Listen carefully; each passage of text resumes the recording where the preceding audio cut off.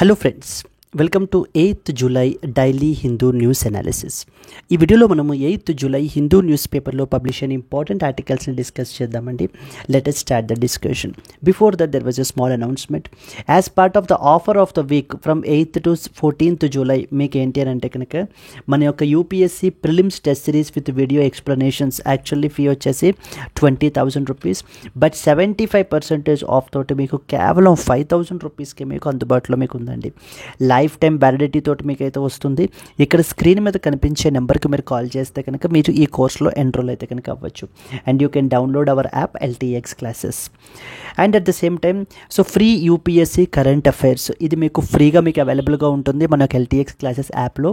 ఇక్కడ మీకు ఎవ్రీడే మన యొక్క హిందూ న్యూస్ అనాలిసిస్ మీద క్విజ్ అయితే కనుక అప్లోడ్ చేయబడటం జరుగుతుందండి. 5 MCQs ఉంటాయి బేసికల్లీ ఆన్ ద క్లాస్. మీరు మీ యొక్క నాలెడ్జ్ని మీరు టెస్ట్ చేసుకోవచ్చు. And at the same time PDF కూడా, ఈ క్లాస్కి సంబంధించిన PDF కూడా మీకు అందులో అవైలబుల్గా ఉంటుంది.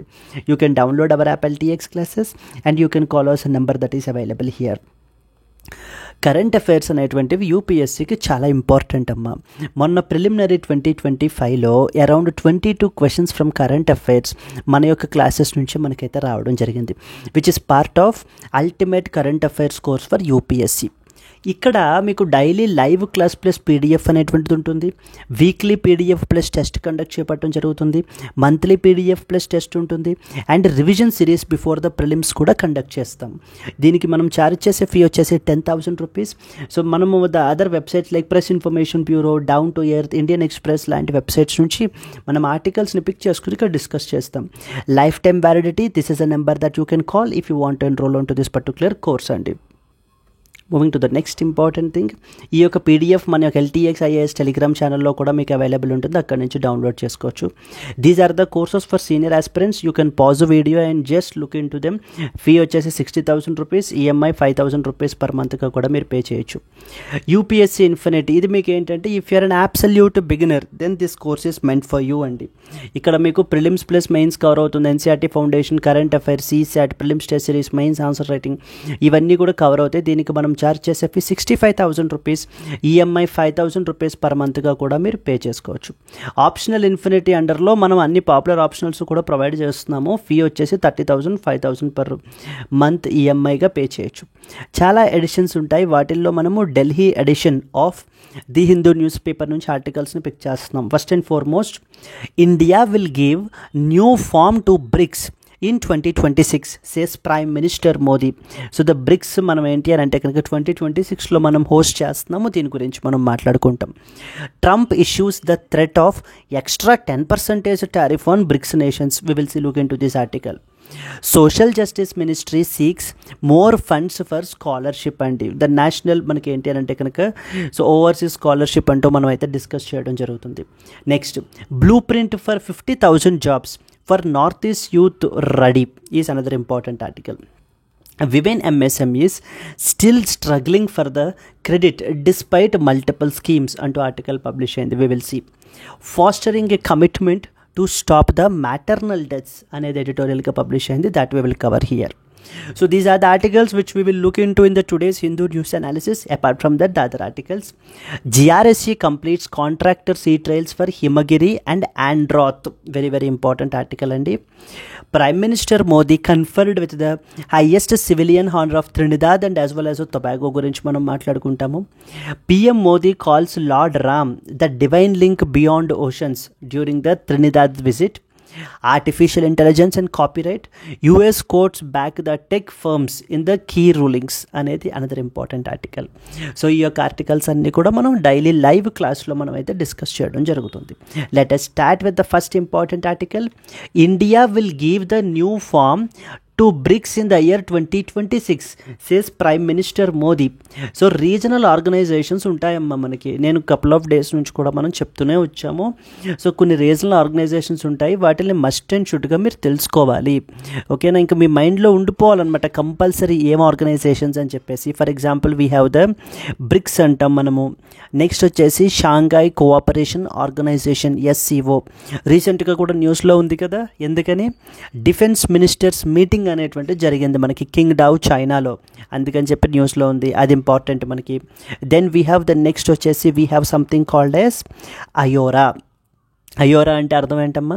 ఇండియన్ ఓషన్ రిమ్ అసోసియేషన్ అంటాం, దీని గురించి కూడా తెలియాలి. Then we have the next వచ్చేసి BIMSTEC, which stands for Bay of Bengal Initiative for Multi-Sectoral Technical and Economic Cooperation తెలియాలి. Then you have GCC, Gulf Cooperation Council. Then we have OIC, Organization for Islamic Cooperation, OIC అని చెప్పేసి మనకి పిలుస్తారనమాట. OIC గురించి తెలియాలి. So then next one వచ్చేసి మనకి ఏంటంటే కనుక East Asia summit, EAS. Then next we have ASEAN, Association of Southeast Asian Nations. Then you will be having Z20 group of countries. Then you have G7 group of countries. Then we have Z4 group of countries. Then we have something called as basic group. Basic group అని చెప్పేసి climate change గురించి వీటి గురించి group అయితే form అవ్వడం జరిగింది, basic group అని చెప్పేసి పిలుస్తారు. So that you are expected to know about. Then next వచ్చేసి ఎకోవాస్ అంటారు, Economic Community of West African States అని చెప్పేసి ఎకోవాస్ అనేది తెలియాలి. So then next is Mercosur. ఇవి మనకి ఏంటంటే ట్రేడ్ బ్లాక్స్ అనమాట, అంటే ఎకనామిక్ రిలేటెడ్గా ఎకోవాస్, మెర్కోసర్ ఇవన్నీ కూడా. And apart from that we have quad grouping ఉంది కదా, క్వాడ్ కూడా చాలా ఇంపార్టెంట్, ఎందుకంటే 2025లో మనము క్వాడ్ సమిట్ కూడా మనం హోస్ట్ చేస్తున్నామండి. కాబట్టి మస్ట్ అండ్ షుడ్గా క్వాడ్ గురించి కూడా మనకి తెలియాల్సినటువంటిది అయితే కనుక ఉంది.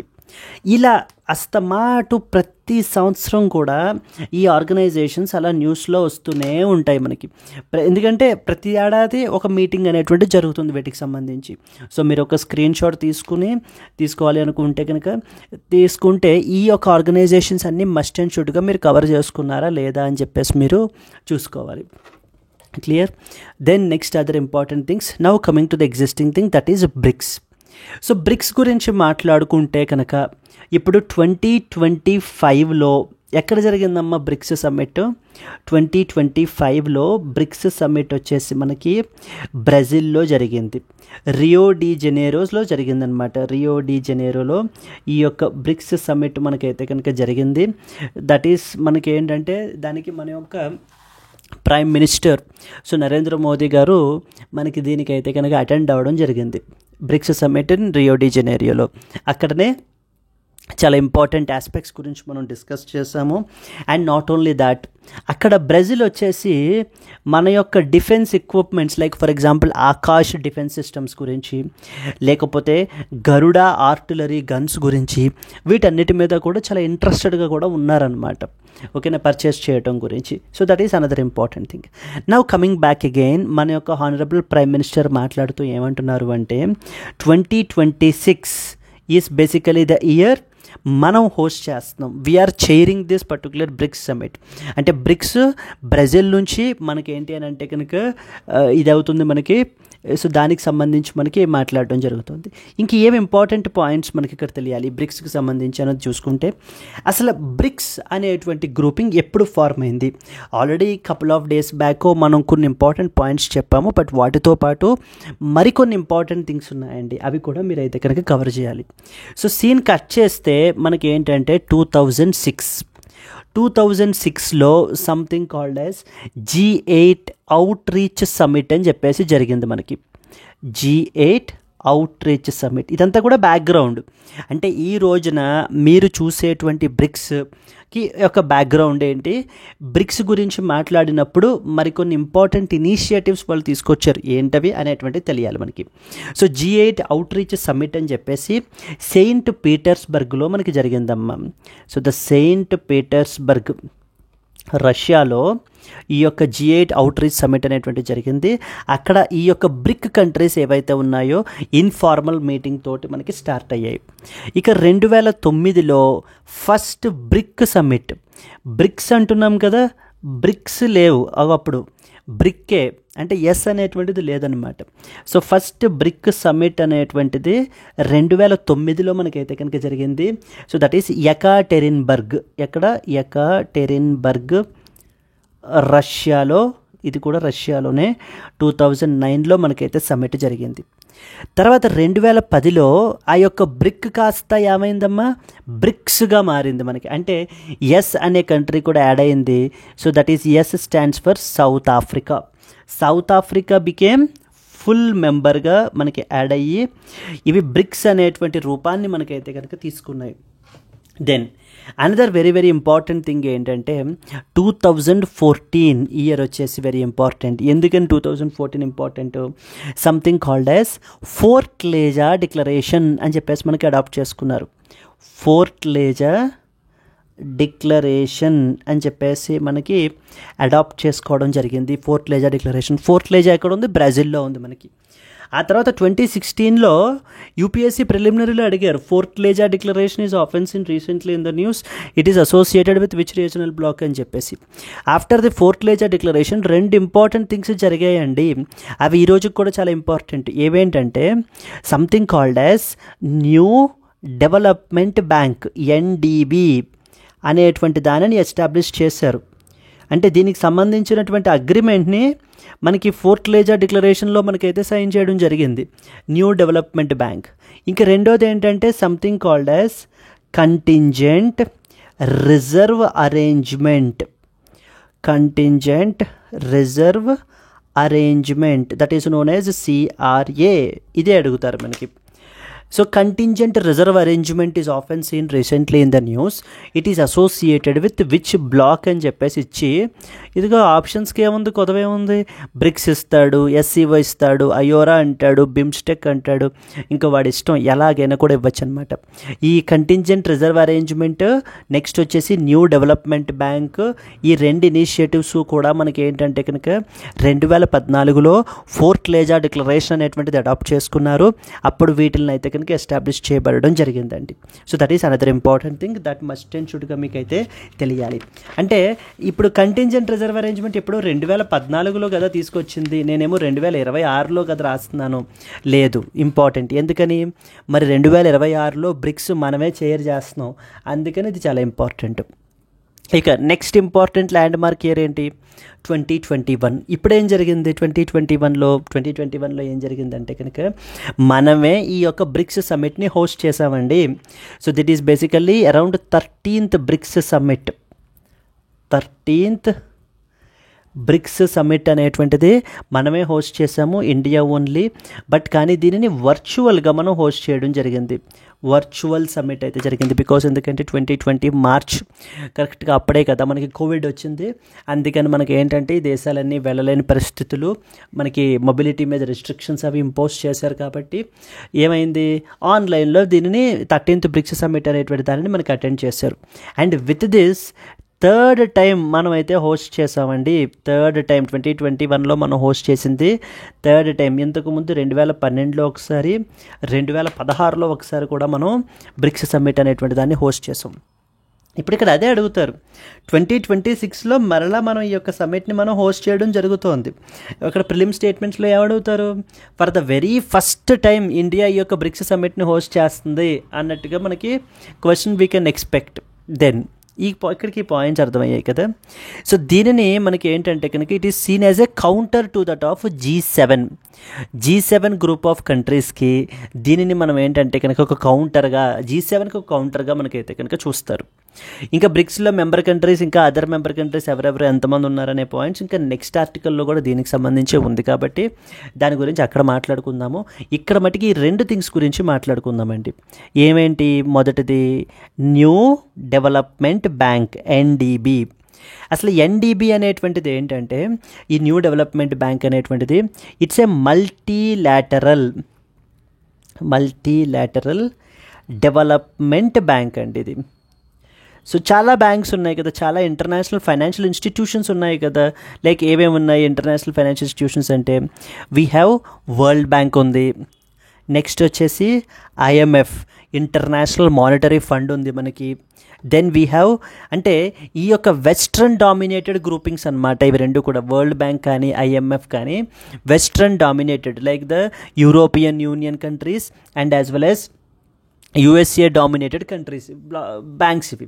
కాబట్టి వీటి మీద మనం రిలయన్స్ అనేది తగ్గించాలి, ఆధారం అనేటువంటిది తగ్గించుకోవాలి, వీటి మీద మన ఓన్ ఇది ఉండాలి అని చెప్పేసి తీసుకొచ్చారు రకరకాల బ్యాంక్స్ని. ఏవేంటి? ఎన్డిబి, న్యూ డెవలప్మెంట్ బ్యాంక్ అంటారు.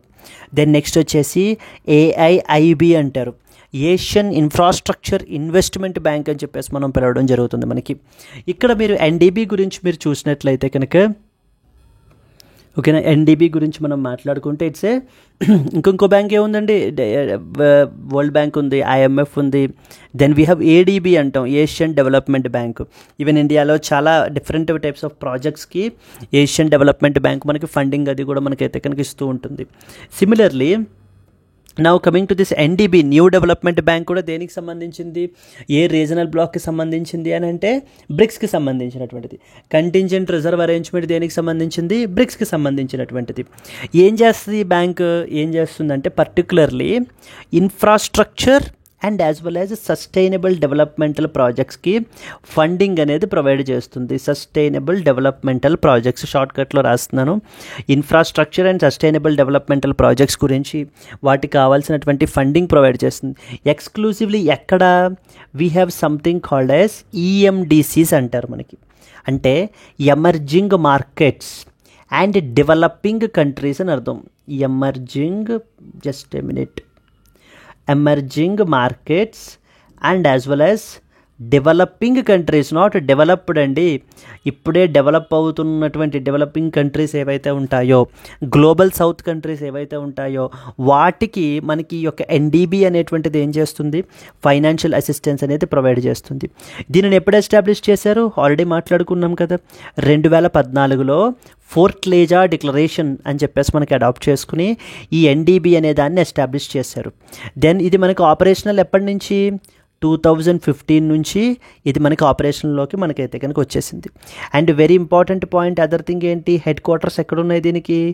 షాంఘాయ్, చైనాలో మనకి దీని యొక్క హెడ్ క్వార్టర్స్ అయితే కనుక ఉన్నాయి, headquarters. And as of now so far మనకి వీళ్ళు ఎంతవరకు కమిట్మెంట్ ఇచ్చారు? మనకి కమిట్ చేశారంటే అరౌండ్ $32.8 బిలియన్ మనకి ఫండింగ్ అనేది ఇవ్వడం గురించి అయితే కమిట్ చేశారండి. వేటి గురించి ఖర్చు పెడతారు? ఇన్ఫ్రాస్ట్రక్చర్ అండ్ సస్టైనబుల్ డెవలప్మెంటల్ ప్రాజెక్ట్స్ని ఇది చేయడం గురించి అనమాట. ఇంకా అదర్ థింగ్ ఉంది ఇంకొకటి, ఏంటమ్మా అది? That is called as CRA, contingent Reserve arrangement. ఏంటి దీని పరిస్థితి ఏంటి?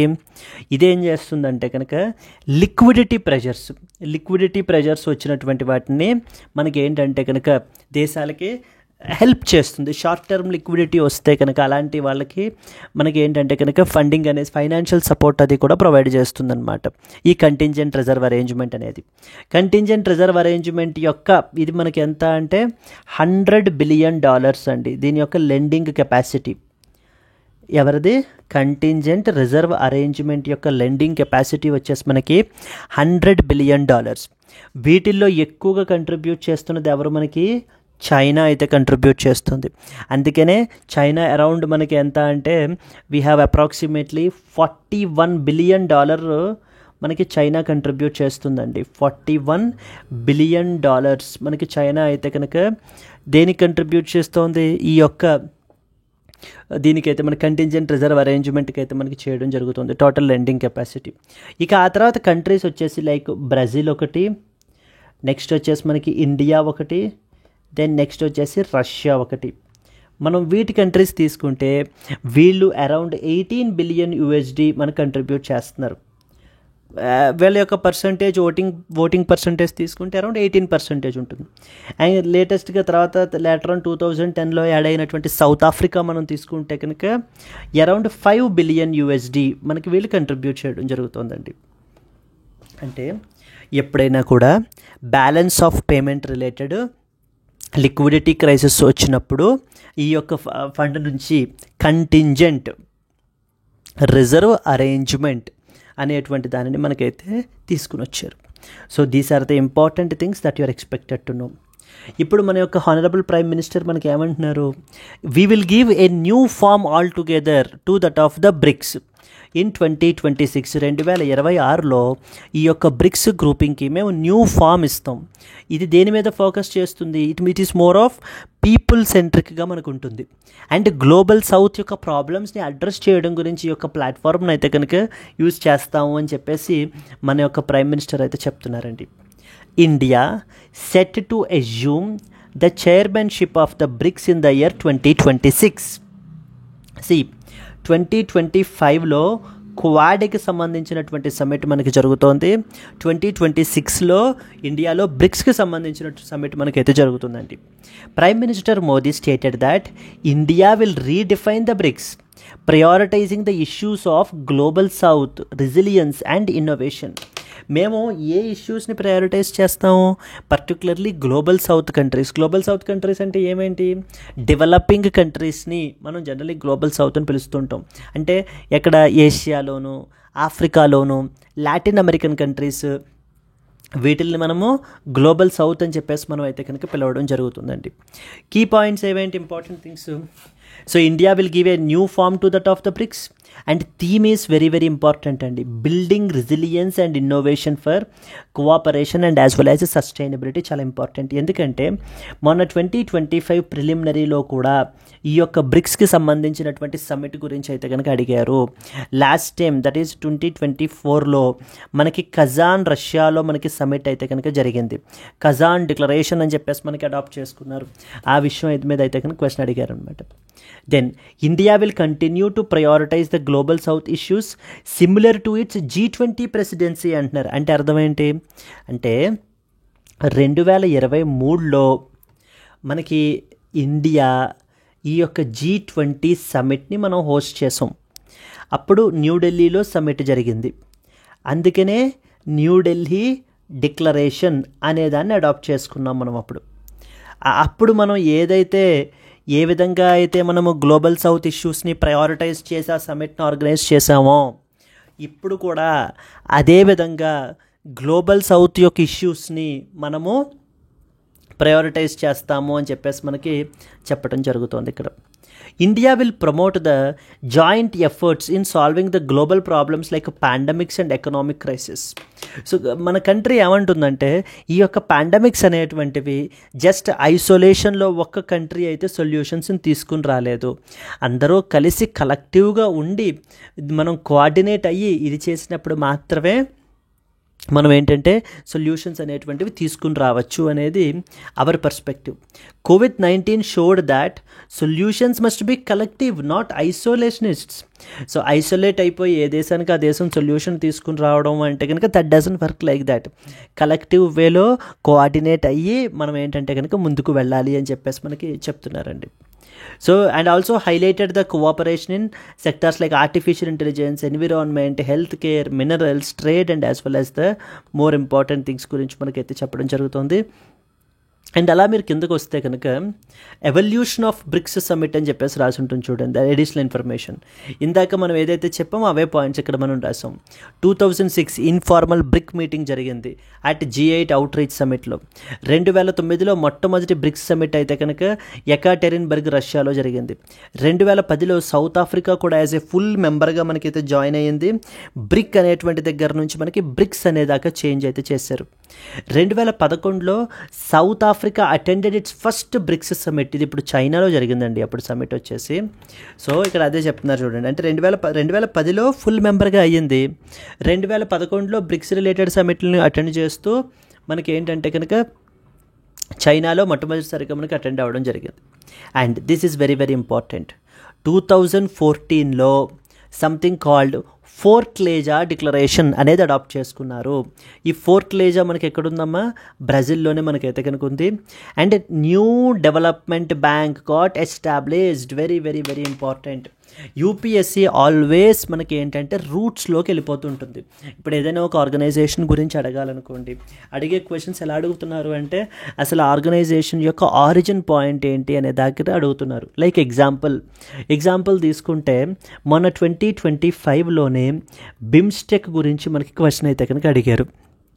ఎస్, బిమ్స్టెక్ గురించి అడుగుతున్నప్పుడు ఫస్ట్ స్టేట్మెంట్ మనకి ఏమిచ్చారు అంటే ఢాకా డిక్లరేషన్ ద్వారా మనకి బిమ్స్టెక్ అనేటువంటి గ్రూపింగ్ ఎస్టాబ్లిష్ అయ్యింది అని చెప్పేసి మనకి చెప్తున్నారండి, which is absolutely false. Because 1997 Bangkok declaration ద్వారా మనకి బ్రిక్స్ సమ్మిట్ అయితే కనుక బిమ్స్టెక్ అయితే కనుక ఫామ్ అయింది.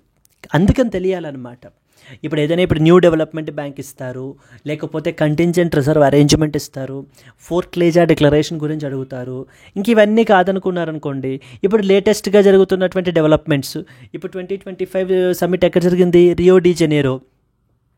డి జెనీరో డిక్లరేషన్ అనే దాన్ని మనకి అడాప్ట్ చేసుకుంటారు. అది అయిపోయిన తర్వాత 2015లో ఉఫా డిక్లరేషన్ వచ్చింది. 2021లో మనమే హోస్ట్ చేసాం బ్రిక్స్ సమ్మిట్ని వర్చువల్గా. And this was the third time. మనకి ఆల్రెడీ 2012, 2016లో మనం ఆ సమ్మిట్ని ఆల్రెడీ హోస్ట్ చేసామండి.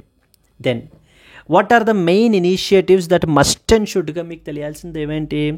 మొట్టమొదటిది న్యూ డెవలప్మెంట్ బ్యాంక్ అని చెప్పేసి మనకి ఎస్టాబ్లిష్ చేశారు. To fund the infrastructure and sustainable development in the EMDCs, అంటే emerging markets and developing countries అని చెప్పేసి మనకు అర్థం కదా, అక్కడ జరిగింది. అండ్ ఎప్పుడు ఎస్టాబ్లిష్ చేశారమ్మా? 2014లో ఫోర్ట్ లేజాలో సమ్మిట్ అయితే జరిగింది. ఫోర్ట్ లేజా డిక్లరేషన్ అని చెప్పేసి అడాప్ట్ చేసుకున్నారు.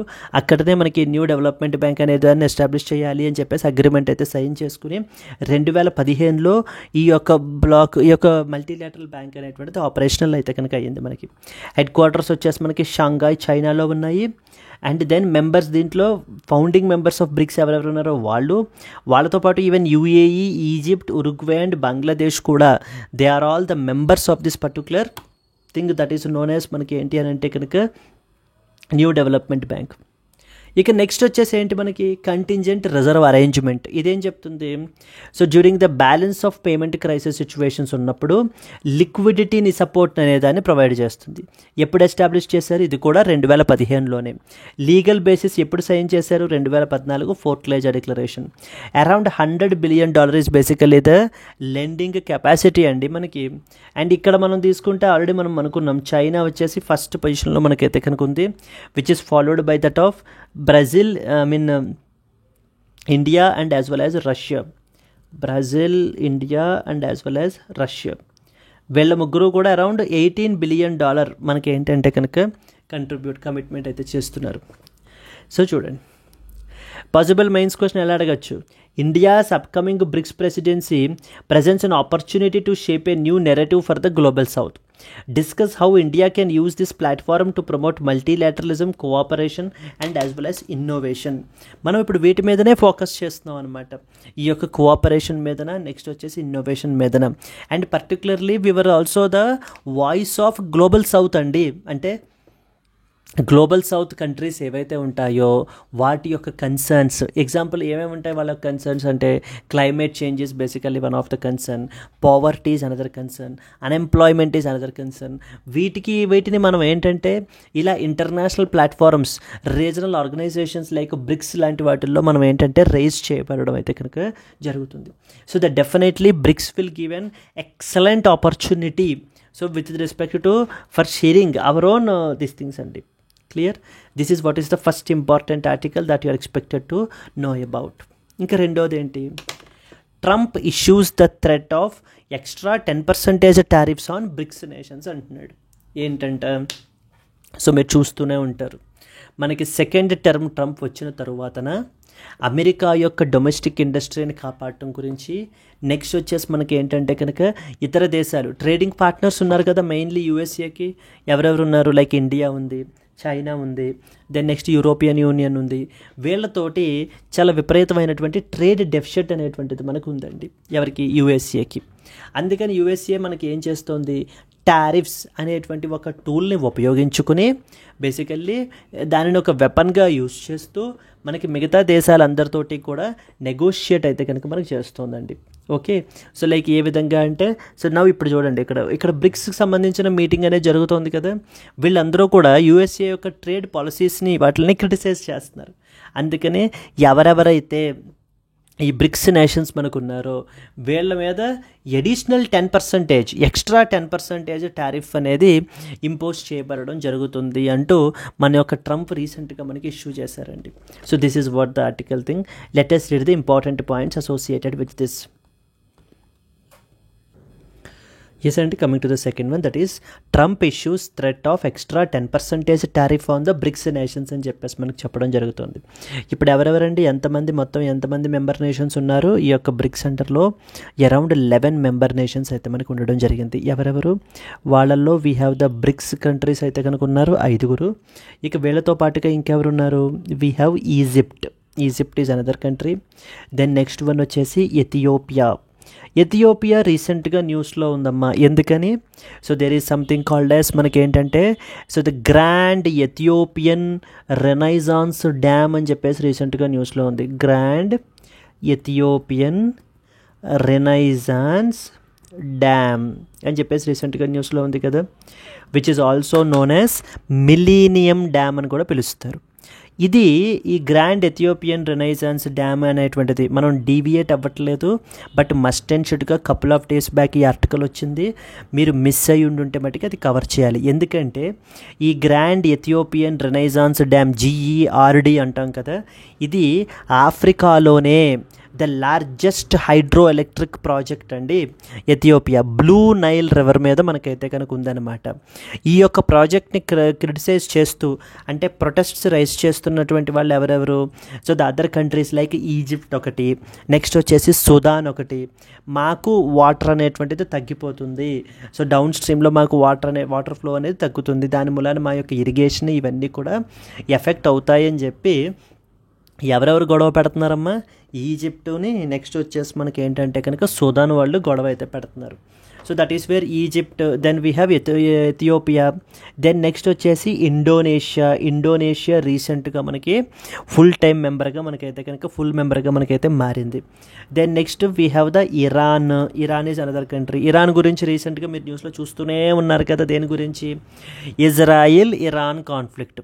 ఇజ్రాయెల్ వాడు కూడా ఇరాన్ మీద ఎయిర్ స్ట్రైక్స్ అవి చేయటం, ఆ తర్వాత USA ఇరాన్ మీద ఎయిర్ స్ట్రైక్స్ చేయటం, ఆ తర్వాత ఇరాన్ వాళ్ళకి కౌంటర్గా మనకి ఏంటంటే కనుక ఈ యొక్క ఖటార్లోను ఇక్కడ కూడా అమెరికన్ బేసెస్ ఏవైతే ఉన్నాయో వాటి మీద అటాక్స్ చేయటం ఇవన్నీ జరుగుతున్నాయి. అండ్ రీసెంట్గా సీజ్ ఫైర్ అనేటువంటిది చేపట్టడం జరిగింది ఇరాన్. దెన్ నెక్స్ట్ ఇంకెవరున్నారమ్మా మనకి? Saudi Arabia is another important country. Then we have next one వచ్చేసి UAE, United Arab Emirates. So okay, ఈ 6 టోటల్ 6 + 5 11 మంది.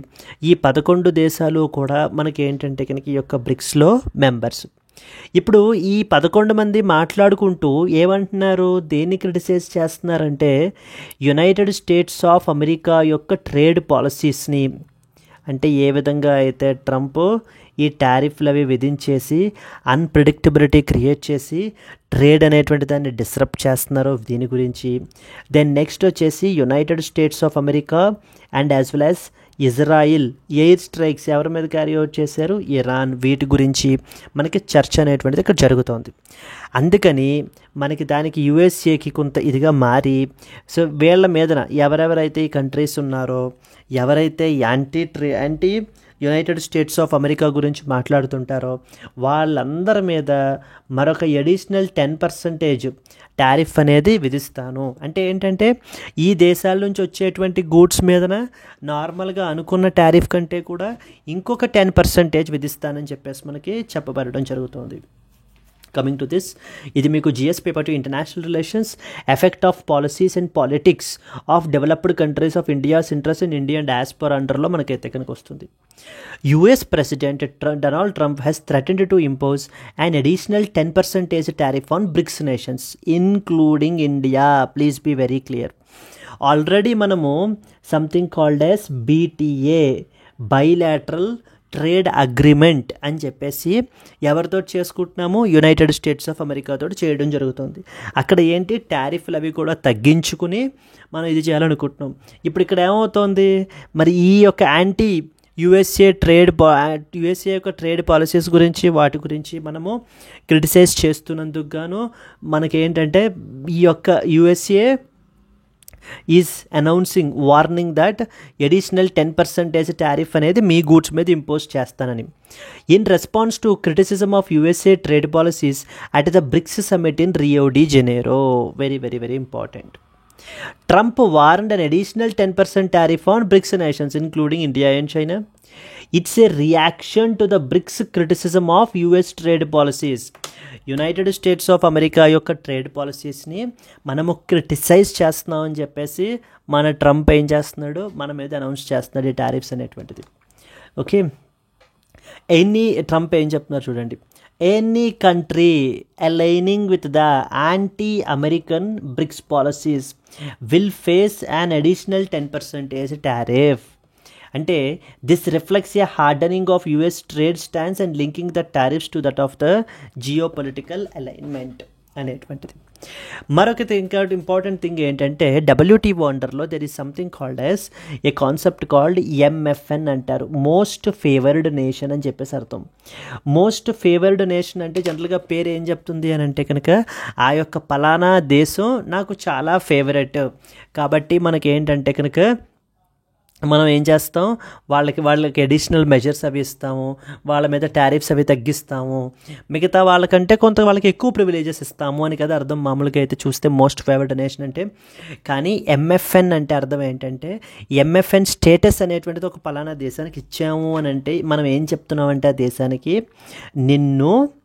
నేను వేరే దేశాలతోటి అప్పుడు ట్రేడ్ చేస్తున్నప్పుడు కూడా నేను ఎటువంటి డిస్క్రిమినేషను నిన్ను చెయ్యను. ఇప్పుడు మిగతా దేశాలకి నేను ఏమైనా ప్రివిలేజెస్ అవి ఇస్తే టారిఫ్స్ అవి తగ్గిస్తూ ఉంటే అవి కూడా నీకు నేను తగ్గిస్తాను అని చెప్పేసి మనం ఏంటంటే కనుక ఈ యొక్క MFN అని చెప్పేసి స్టేటస్ అనేది కన్ఫర్ చేస్తారండి మనకి. క్లియర్? మెయిన్స్ క్వశ్చన్ ఎలా ఉంటుంది? critically analyze the implications of unilateral trade measures by developed countries on emerging economies with reference to recent US tariff threats against the BRICS nations.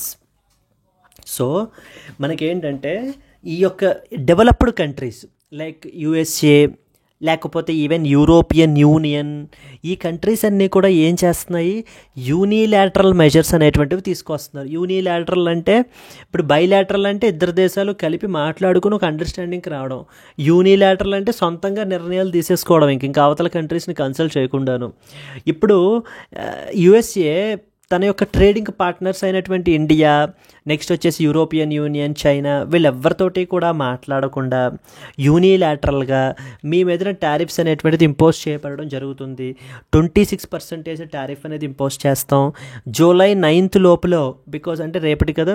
So మనకి ఏంటంటే కనుక 90 days లోపల మనకి ఏంటి అని అంటే కనుక ఈ యొక్క డీల్స్ అనేటువంటిది చేసుకోవాలి అంటూ మనకి ట్రంప్ చెప్పడం జరుగుతుంది. ఇక్కడ సిమిలర్లీ అదర్ ఎగ్జాంపుల్ మీరు తీసుకుంటే యూరోపియన్ యూనియన్ తీసుకున్నాం అనుకోండి. యూరోపియన్ యూనియన్ వాళ్ళు ఇవన్నీ రాయాలన్నమాట మీకు. సంథింగ్ కాల్డ్ యాజ్ CBAM అని చెప్పేసి మనకి తీసుకుని వచ్చారు. What is a CBAM? CBAM అంటే అర్థం ఏంటమ్మా? కార్బన్ బార్డర్ అడ్జస్ట్మెంట్ మెకానిజం అని అర్థం మనకి. కార్బన్ బార్డర్ అడ్జస్ట్మెంట్ మెకానిజం అంటే ఈ CBAM సింపుల్గా చెప్పాలంటే కార్బన్ ట్యాక్స్ అంటాం. అంటే ఏవేవైతే carbon intensive goods European Union మార్కెట్స్లోకి వస్తాయో, ఇంపోర్ట్ అవుతాయో, వాటి మీదన ఈ యొక్క కార్బన్ ట్యాక్స్ అనేది ఇంపోజ్ చేస్తారు. అంటే ఆ గూడ్స్లో కార్బన్ ఇంటెన్సిటీ ఎంత ఉంది అనే ఆధారం చేసుకుని కార్బన్ ట్యాక్స్ అనేది ఇంపోజ్ చేస్తారు. ఇప్పుడు ఏ విధంగా అయితే యునైటెడ్ స్టేట్స్ ఆఫ్ అమెరికా ఈ యొక్క రెసిప్రోకల్ టారిఫ్స్ అని చెప్పేసి మనకి అడిషనల్ 10% ఇలా మనకి అనౌన్స్ చేస్తున్నారో, యూరోపియన్ యూనియన్ వాళ్ళు కూడా అవతల దేశాలతోటి మనకి ఇది అవ్వకుండా డిస్కషన్ చెయ్యకుండా ఏం చేస్తున్నారు, ఈ CBAM అనేటువంటి ఇనిషియేటివ్ మనకి తీసుకుని వచ్చారనమాట. So this is another important article. ఈ CBAM వల్ల మనకి ఏమవుతుంది, ఈవెన్ ఇండియా నుంచి ఎక్స్పోర్ట్స్ తీసుకుంటే majority of the exports micro, small and medium enterprises చేస్తారు. అండ్ మన యొక్క ఎక్స్పోర్ట్స్ అనేటువంటివి కార్బన్ ఇంటెన్సివ్గా ఉంటాయి అన్నమాట, ఎక్కువగా ఉంటాయి మనకి. అంటే మనకి CBAM అండర్లో మనకి ఏమైనట్టు ఇంకా ఎక్కువ ట్యాక్సెస్ పడతాయి. మరి ఎప్పుడైతే ఎక్కువ ట్యాక్సెస్ పడతాయో యూరోపియన్ యూనియన్ మార్కెట్స్లోకి మన ఇండియన్ గూడ్స్ వెళ్తే కాంపిటేటివ్నెస్ అనేటువంటిది తగ్గిపోతుంది వాటికి, అంటే అన్కాంపిటేటివ్ అయిపోతాయి. అంటే ఇంకా సింపుల్గా చెప్పాలంటే ఎక్స్పెన్సివ్ అయిపోతాయి, మన గూడ్స్ ఎవరు పర్చేస్ చేయరనమాట ఈ అడిషనల్ టారిఫ్స్ అవి కూడా వెయ్యటం వల్ల. కాబట్టి అది యుఎస్ఏ ఈ విధంగా చేసిన, లేదా యూరోపియన్ యూనియన్ వాళ్ళు ఇంట్రడ్యూస్ చేసిన సీబామ్ తీసుకొచ్చిన, దెన్ నెక్స్ట్ వచ్చేసి ఈయూడిఆర్ అంటారు, యూరోపియన్ యూనియన్ డీఫారెస్టేషన్ రెగ్యులేషన్ అని చెప్పేసి ఈయూడిఆర్ అని పిలుస్తారు. ఈవెన్ అది కూడా, ఇవన్నీ కూడా ఏంటంటే యూనిలాటరల్ మెజర్సే. ఇవి అవతల దేశాలతోటి ట్రేడ్ని కంప్లీట్లీ, ట్రేడ్ రిలేషన్స్ అనేటువంటివి స్ట్రెయిన్ చేసేస్తాయి. సో ఎప్పుడైతే ట్రేడ్ రిలేషన్స్ స్ట్రెయిన్ అయిపోతాయో మనకి ఏంటంటే కనుక ఆ యొక్క మార్కెట్లో ఆ గూడ్స్ కూడా అన్కాంపిటేటివ్ అయిపోతాయి అంటూ కొన్ని ఎగ్జాంపుల్స్ మీరు రాసుకుంటూ వస్తారు. సో జనరలైజ్డ్గా ఇచ్చారు మీకు, critically analyse the implications of unilateral trade measures. ఎవరు తీసుకుంటున్నారు? Developed countries like USA, European Union, వీళ్ళు ఎవరి మీద తీసుకుంటున్నారు? Emerging economies like India, next వచ్చేసి మనకి ఏంటంటే కనుక అదర్ ఆఫ్రికన్ కంట్రీస్, వీటి మీద. With reference to the recent US tariff threats against that of the BRICS nations అనే స్పెసిఫిసిటీ మనకి మెన్షన్ చేశారనమాట. So this is another important article. Moving on to the third one, social justice ministry seeks more funds for scholarship అంటూ మనకైతే publish అయింది రీసెంట్గా. So మనకి ఏంటంటే ఈ యొక్క there is one important scholarship scheme that is called as national overseas scholarship scheme అని చెప్పేసి పిలుస్తామమ్మ మనము. National overseas scholarship that is called as NOS scheme అని చెప్పేసి మనం పిలవడం అయితే జరుగుతుంది. ఈ ఎన్ఓఎస్ స్కీమ్ గురించి మనకేం తెలియాలి? ఈ యొక్క నేషనల్ ఓవర్సీస్ స్కాలర్షిప్ స్కీమ్ అనేటువంటి దాని గురించి మనం తీసుకుంటే it is actually A central sector scheme అండి. పేరులోనే ఉంది కదా మనకి ఏంటంటే స్కాలర్షిప్ స్కీమ్ అని చెప్పేసి. అంటే ఏంటంటే స్కాలర్షిప్ అనేది ప్రొవైడ్ చేస్తారు, అంటే ఫైనాన్షియల్ అసిస్టెన్స్ అనేది ప్రొవైడ్ చేస్తారు. ఫైనాన్షియల్ అసిస్టెన్స్ ఎవరికి ప్రొవైడ్ చేస్తారు అది important. So financial assistance for that of selected candidates. So selected candidates మనకి ఎవరైతే ఉంటారో వాళ్ళకి, పర్టికులర్లీ ఎవరెవరు? షెడ్యూల్డ్ కాస్ట్స్ కానివ్వండి, లేకపోతే మనకి ఏంటంటే డిఎన్టీ అంటారు, అంటే denotified nomadic and as well as semi nomadic tribes అని చెప్పేసి అర్థం మనకి. So that is we have denotified, next వచ్చేసి nomadic, and then semi nomadic అంటాం. ఈ యొక్క ట్రైబల్ పీపుల్కి, సెమీ నొమాడిక్ ట్రైబల్ కమ్యూనిటీస్కి, వీళ్ళకి, and even landless agricultural labourers, అంటే వాళ్ళు అగ్రికల్చరల్ లేబరర్స్, వాళ్ళకి ఎటువంటి ల్యాండ్ లేనటువంటి వ్యక్తులు, ల్యాండ్లెస్ అగ్రికల్చరల్ లేబరర్స్, లేకపోతే మనకి ట్రెడిషనల్ ఆర్టిజాన్స్, వీళ్ళు ఒకవేళ ఇతర దేశాల్లో, అంటే ఈ కమ్యూనిటీకి చెందినటువంటి వాళ్ళు ఇతర దేశాల్లో మనకి higher education like post graduation particularly లాంటి కోర్సెస్ చేయాలి అని అనుకుంటే దట్ విల్ బి ఎక్స్పెన్సివ్. కాబట్టి మరి అలాంటి వాళ్ళకి ఈ యొక్క స్కాలర్షిప్ అనేది ప్రొవైడ్ చేయబడటం జరుగుతుంది. నేషనల్ ఓవర్సీస్ స్కాలర్షిప్ స్కీమ్ అని చెప్పేసి మనకు అర్థం మనకి. అండ్ ఈ యొక్క దీన్ని ఎవరు మనకి ఇది చేస్తారు? మనకి department of empowerment of persons with disabilities అండి, వీళ్ళు ఇంప్లిమెంట్ చేస్తారు. Department of empowerment of persons with disabilities అని చెప్పేసి ఉంటుంది మనకి. ఇది ఏ అండర్లోకి వస్తుంది? Ministry of social justice and as well as empowerment అండర్లోకి మనకి డిపార్ట్మెంట్ అయితే కనుక వస్తుంది. It comes under the ministry of social justice and as well as empowerment, దీని అండర్లోకి మనకి ఇదైతే కనుక వస్తుంది. వీళ్ళు ఈ యొక్క స్కీమ్ని మనకి ఇంప్లిమెంట్ అయితే కనుక చేయడం జరుగుతుంది. National overseas scholarship scheme is implemented by which of the following ministries అని చెప్పేసి అడుగుతుంటారు. అక్కడ మినిస్ట్రీ ఆఫ్ హోమ్ అఫైర్స్ అని, లేకపోతే ministry of education, ministry of women and as well as child development, ministry of social justice and as well as empowerment అని చెప్పి, లేదా ఒక్కొక్కసారి ఓవర్సీస్ స్కాలర్షిప్ స్కీమ్ కాబట్టి మినిస్ట్రీ ఆఫ్ ఎక్స్టర్నల్ అఫైర్స్ అని కూడా ఇవ్వచ్చు. సో కాబట్టి ఇక్కడ ఎవరు చేస్తారండి? Department of empowerment of persons with disabilities under ministry of social justice and as well as empowerment వాళ్ళు ఈ యొక్క నేషనల్ స్కాలర్షిప్ స్కీమ్ అనేటువంటి దానిని మనకి ప్రొవైడ్ చేయబడటం జరుగుతుంది మనకి. అండ్ ఇక్కడ మీకు తీసుకుంటే ఈ యొక్క స్కాలర్షిప్స్ అవార్డు చేస్తారు కదా, వాళ్ళల్లో 30% మటుకు అట్లీస్ట్ 30% విమెన్ క్యాండిడేట్స్ అయ్యి ఉండాలి. వాళ్ళకి మాత్రమే మనం 30% మనం ఇయర్ మార్క్ చేశారు, 30% అనేటువంటిది. అంటే ఇప్పుడు రీసెంట్గా ఎందుకు న్యూస్లో ఉంది ఇది, ఎందుకంటే ఫండ్ అవైలబిలిటీ, ఫండ్ షార్టేజ్ వచ్చేస్తుందన్నమాట. అందుమూలన మోర్ అలొకేషన్ గురించి అయితే కనుక అడుగుతున్నారు వీళ్ళు. Social justice ministry is seeking the more funds for providing this scholarship. While the ministry selected 106 marginalized students for National Overseas Scholarship Scheme, it will give provisional award letter to 40 people only, while the rest will get subject to availability of funds. అంటే ఈ యొక్క national overseas scholarship scheme అండర్లో మనకి 106 marginalised స్టూడెంట్స్ని మనకి select చేయబడటం జరిగింది. But వీళ్ళల్లో కేవలం 40 మందికి మాత్రమే ప్రొవిజనల్ అవార్డ్ లెటర్స్ అనేటువంటివి వచ్చాయి. ఇంకా మిగతా వాళ్ళు ఎవరికి కూడా ఇంకా రాలేదు. That will be given only based upon the availability of the funds యొక్క అవైలబిలిటీని చూసుకుని, సో దాన్ని బట్టి ఇవ్వబడడం జరుగుతుంది అని చెప్పేసి మన ministry of social justice and empowerment మనకి చెప్పడం జరుగుతుందండి. ఈ ministry of social justice and empowerment వాళ్ళు ఇంకా other vulnerable sections of our society, like for example beggars గురించి కానివ్వండి, స్మైల్ స్కీమ్ అని చెప్పేసి ఉంది. దెన్ వీ హ్యావ్ ట్రాన్స్జెండర్స్ గురించి, సీనియర్ సిటిజన్స్ గురించి, పర్సన్స్ విత్ డిజేబిలిటీస్, ప్రిజనర్స్, వీళ్ళందరికి సంబంధించినటువంటి వెల్ఫేర్ గురించి కూడా మనకి ministry of social justice and as well as ఎంపవర్మెంటే మనకి చూసుకుంటుంది. Let us move on to the next important article. Moving to the next one. Blue print for 50,000 jobs for the north east youth ready. Central government రీసెంట్గా మనకి north east sector అనేటువంటిది చాలా important. So all the north eastern states అనేటువంటివి మనకి చాలా important అనమాట.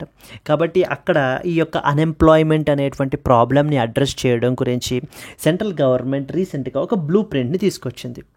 ఈ యొక్క బ్లూ ప్రింట్ ద్వారా సెంట్రల్ గవర్నమెంట్ చెప్తున్నది ఏంటంటే, ఈ యొక్క నార్త్ ఈస్టర్న్ స్టేట్స్ యొక్క యూత్కి 50,000 జాబ్స్ అనేటువంటిది ఇది చేస్తారట. అండ్ ఎక్కడ ఎప్పటి లోపల ఇన్ ద నెక్స్ట్ 10 years లోపల ఏ సెక్టార్లో, మెరీటైమ్ సెక్టార్లో, వెరీ వెరీ వెరీ ఇంపార్టెంట్. అంటే ఈ యొక్క మెరీటైమ్ సెక్టార్లో నెక్స్ట్ 10 ఏళ్లలో 50,000 జాబులు మనకి ఏంటంటే కనుక కల్పిస్తాము. ఏడాదికి 5,000 జాబులు మేము ఏంటి అని అంటే కనుక చేస్తాము. యాన్యువల్ టార్గెట్ మీరు తీసుకుంటే కనుక అరౌండ్ 5,000 జాబ్స్ మనకి ఏంటంటే కనుక క్రియేట్ చేయబడతాయి అని చెప్పి సెంట్రల్ గవర్నమెంట్ దానికి సంబంధించి కావాల్సినటువంటి బ్లూ ప్రింట్ని మనకైతే తయారు చేసింది. అది రీసెంట్గా ఎవరు అనౌన్స్ చేశారు?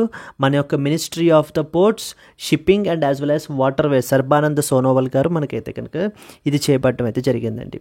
దీనికి సంబంధించి ఎవరెవరి ఇన్స్టిట్యూషన్స్ మనకి ఇన్వాల్వ్ అయ్యి ఉన్నారు అని అంటే కనుక గౌహతిలో మనకి we have something called as maritime skill development centre అని పిలుస్తారు. గౌహతిలో ఉంది మనకి స్కిల్ డెవలప్మెంట్ సెంటర్. అంటే వీళ్ళు ఏంటంటే ఇప్పుడు దానికి కావాల్సినటువంటి ట్రైనింగ్ అది కూడా వీళ్ళు మనకి ప్రొవైడ్ చేయబడడం జరుగుతుందండి ఈ యొక్క పీపుల్కి, యూత్కి. అప్పుడు దాన్ని వాళ్ళని ఫుల్లీ ఆ ట్రైనింగ్ అది ప్రొవైడ్ చేసి ఈ యొక్క ఎంప్లాయ్మెంట్ అనేది కల్పిస్తోంది గవర్నమెంట్. సో దీనికి సంబంధించి ఏమి ఇంపార్టెంట్ పాయింట్స్ మనకు తెలియాలి. Blue print for 50,000 jobs for north east youth ready. So government policies and interventions for development in various sectors and issues arising out of the design underlo మనం అయితే చూసుకోవచ్చు. The central government has recently finalized a blueprint. ఎందుకని? To generate 50,000 ఏ సెక్టార్లో? Maritime సెక్టార్లో. ఎవరి గురించి? For the youth of north eastern states మీద నెక్స్ట్ 10 years లోపల మనకైతే చేయబడడం జరుగుతుంది. ఏమేంటి? To generate 50,000 jobs over a decade in the maritime sector for youth from the north eastern region. Annual target వచ్చేసి ఏంటి? 5,000 జాబ్స్ పర్ ఇయర్ అనేటువంటిది మనకైతే ప్రొవైడ్ చేస్తారట. ఎవరెవరు ఇన్స్టిట్యూషన్స్ ఇన్వాల్వ్ అయ్యి ఉన్నారు? Maritime skill development centre Guwahati నుంచి and upcoming centre of excellence డిబ్రూగర్లో మనకి ఎస్టాబ్లిష్ చేస్తున్నారు 200 crores ప్రాజెక్టు. సో ఇవి రెండు కూడా మనకి ఏంటంటే ఇంప్లిమెంట్ అవుతాయట. వీళ్ళు ఏ విధంగా ప్రొవైడ్ చేస్తారు? ముందు they will provide world class maritime training అనేది అండ్ అప్స్కిల్లింగ్ అనేది ప్రొవైడ్ చేస్తారంట లోకల్ యూత్కి. సో స్కిల్లింగ్ అనేది చాలా చాలా ఇంపార్టెంట్. కంటిన్యూస్గా మనకి ఏంటి అని అంటే కనుక మన యొక్క స్కిల్ సెట్ని అప్స్కిల్ చేసుకుంటూ మనం ఉండాలి. అందుకనే ముందు వీళ్ళకి ఏంటట వరల్డ్ క్లాస్ లెవెల్లో ట్రైనింగ్ అది ప్రొవైడ్ చేసి వాళ్ళ యొక్క స్కిల్స్ని ఇంకా ఫర్దర్గా వాళ్ళని అప్స్కిల్ చేసి వాళ్ళని ఎంపవర్ చేయాలి అనేటువంటిది ఇక్కడ ఐడియా. This initiative is part of larger employment and skill development push in this particular region. Union ministry of port, shipping and waterways మనకైతే కనుక అనౌన్స్ చేశారండి. So these are the important things that you are expected to know about. Possible mains question ఎలా ఉండొచ్చు? Discuss the significance of maritime skill development initiatives in promoting the employment and economic growth in the India's northeastern states. So this can be a possible mains question that you are expected to know about. Let us move on to that of the next important article. Women MSMEs still struggle for the credit despite the schemes అంటూ మనకి ఏంటంటే కనుక article publish అయింది. ఏం చెప్తుంది ఇది అంటే కనుక for example very very important sectors మనం తీసుకుంటే మొట్టమొదటిది agriculture sector. So after agriculture sector the next important sector ఏంటమ్మా మనకి MSME sector is the most important. What does this MSME stands for? Micro, small and medium enterprises అని అర్థం మనకి. And medium enterprises అంటే depending upon the annual turn over and as well as investment మనం దానిని అయితే మైక్రోగా కానీ లేదా స్మాల్గా కానీ లేదా మీడియం ఎంటర్ప్రైజ్గా కానీ మనం దానిని క్లాసిఫై చేయడం అయితే జరుగుతుంది. MSME సెక్టార్ అనేటువంటిది ఎంత ఇంపార్టెంట్ అంటే మనకి around 30% to that of the GDP మనకైతే కనుక MSME సెక్టార్ కంట్రిబ్యూట్ చేస్తుంది. గవర్నమెంట్ యొక్క ఆలోచన ఏంటంటే దీనిని ఇప్పుడు 35%కి మనం అయితే కనుక రైజ్ చేయాలి ఈ యొక్క కరెంట్ ఇయర్లో అనేది ఆలోచన అని చెప్పేసి మనకి ఈ ఆర్టికల్లో చెప్తున్నారు. అండ్ వాట్ అబౌట్ ఎక్స్పోర్ట్స్ గురించి మనం మాట్లాడుకుంటే కనుక అరౌండ్ 45% ఆఫ్ ద ఎక్స్పోర్ట్స్ మన కంట్రీలో చేసేటువంటిది ఎవరు అంటే ఈ యొక్క MSME పీపులే, MSME సెక్టార్ వాళ్ళే మనకి 45% ఆఫ్ ది ఎక్స్పోర్ట్స్ అనేటువంటిది మనకి చేస్తారు. అంతే తప్ప బిగ్ కార్పొరేట్స్ కాదండి. Micro, small and medium enterprises 45% of the exports contribute చేస్తూ ఉంటారు. ఇప్పుడు అందుకనే మనకి ఏంటంటే USA ట్రంప్ మనకి టారిఫ్స్ అవి కూడా అనౌన్స్ చేసి ట్యాక్స్లు అవి పెంచేస్తాము అంటే మనం భయపడేది ఎందుకంటే ఇదిగో ఈ చిన్న ప్లేయర్స్ అందరూ కూడా విపరీతంగా నష్టపోతారు. వీళ్ళ గూడ్స్ అన్నీ అన్కాంపిటేటివ్ అయిపోయాయి అనుకోండి, ఏమవుతుంది? వీళ్ళు పెట్టినటువంటి ఇన్వెస్ట్మెంట్లు కూడా వీళ్ళకి వెనక్కి రావు. అందుమూలన మనం ఏంటంటే కనుక USA తోటి బైలాటరల్ ట్రేడ్ అగ్రిమెంట్లను సైన్ చేసుకోవడాలు, లేకపోతేనేమో ఇంకా ఫ్రీ ట్రేడ్ అగ్రిమెంట్లు సైన్ చేయడాలు, ఇలాంటివన్నీ మనం చేస్తాం అన్నమాట. అంటే మన యొక్క ఎక్స్పోర్ట్స్ పెంచుకోవాలి. That is what is the idea, that is the reason here. ఇప్పుడు వీటిల్లో పర్టికులర్లీ విమెన్ లెడ్ ఎంటర్ప్రైజెస్ గురించి ఇక్కడ ఆర్టికల్ కాన్సన్ట్రేషన్ మొత్తం ఎవరి గురించమ్మా? Women owned or women led MSMEs. Women led MSMEs గురించి మనం తీసుకుంటే టోటల్ MSMEs రిజిస్టర్డ్లో 20% మనకి ఏంటంటే కనుక విమెన్ లెడ్ ఎంటర్ప్రైజెస్ మనకైతే కనుక ఉన్నాయి. 20% of all MSMEs registered in India ఎవరమ్మా? విమెన్ లెడ్ MSMEs అయితే కనుక ఉన్నాయి. కానీ వీళ్ళు ఏంటంటే చాలా ఇష్యూస్ ఫేస్ చేస్తున్నారనమాట. అనుకున్న విధంగా మనకైతే కనుక లేదు. There are so many challenges అయితే కనుక ఫేస్ చేస్తున్నారు అని చెప్పి ఈ ఆర్టికల్లో మనకి మెన్షన్ చేస్తున్నారు. ఫస్ట్ అండ్ ఫార్మోస్ట్ ఏంటి? We have something called as credit gap అంటారు. క్రెడిట్ గ్యాప్ ఆఫ్ అబౌట్ 35% ఉంది అని చెప్పేసి మనకి చెప్తున్నారండి. ఏంటి క్రెడిట్ గ్యాప్ ఆఫ్ 35% అంటే? అసలు క్రెడిట్ గ్యాప్ అంటే అర్థం ఏంటి? క్రెడిట్ గ్యాప్ అంటే అర్థం ఏంటంటే సింపుల్గా it is actually the difference